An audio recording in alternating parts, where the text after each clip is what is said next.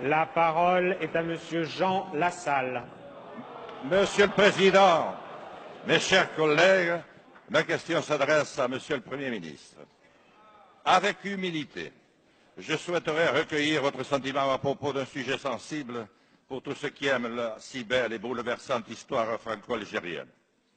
La victoire du Front islamique du Salut, le 26 décembre 1991, le coup d'État qui s'ensuivit et l'arrivée au pouvoir du président Bouteflika en 1999 aurait donné lieu à un accord au terme duquel le pouvoir reviendrait à l'armée à la fin de la présidence de ce dernier.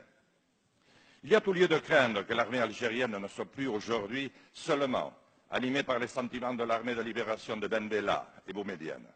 De nombreux observateurs prétendent même qu'elle serait profondément infiltrée par des courants islamistes, d'inspiration notamment salafiste.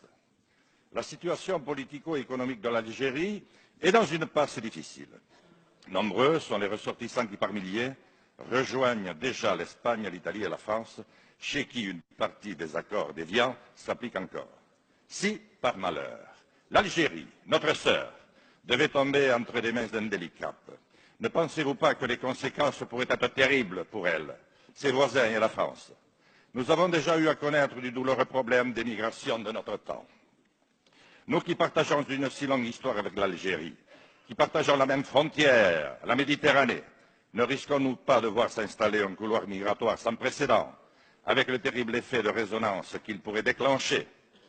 Alors que la santé du président Bouteflika se fait de plus en plus chancelante, j'imagine, Monsieur le Premier ministre, que vous suivez de très près l'évolution de cette grande affaire avec les autorités algériennes. Que pouvez-vous nous en dire? Merci, Monsieur le député. La parole est à Madame Nathalie Loiseau, ministre chargée des Affaires européennes. Monsieur le Président, Mesdames et Messieurs les députés, Monsieur le député Lassalle, le 6 décembre dernier, le Président de la République s'est rendu en visite en Algérie, une visite qualifiée par les autorités algériennes de visite d'amitié et de travail. C'est bien l'esprit de notre relation et c'est bien dans cet esprit que nous préparons ensemble l'avenir avec l'Algérie. Juste après cette visite, le Premier ministre français a accueilli son homologue algérien pour la réunion du groupe intergouvernemental de haut niveau. Nous avons donc pu travailler ensemble à nous fixer des axes de travail sur le quinquennat. Notre relation avec l'Algérie va connaître de nouveaux développements en matière économique, dans une logique de coproduction et d'investissement croisés, en privilégiant les transferts de technologies et le travail pour les PME.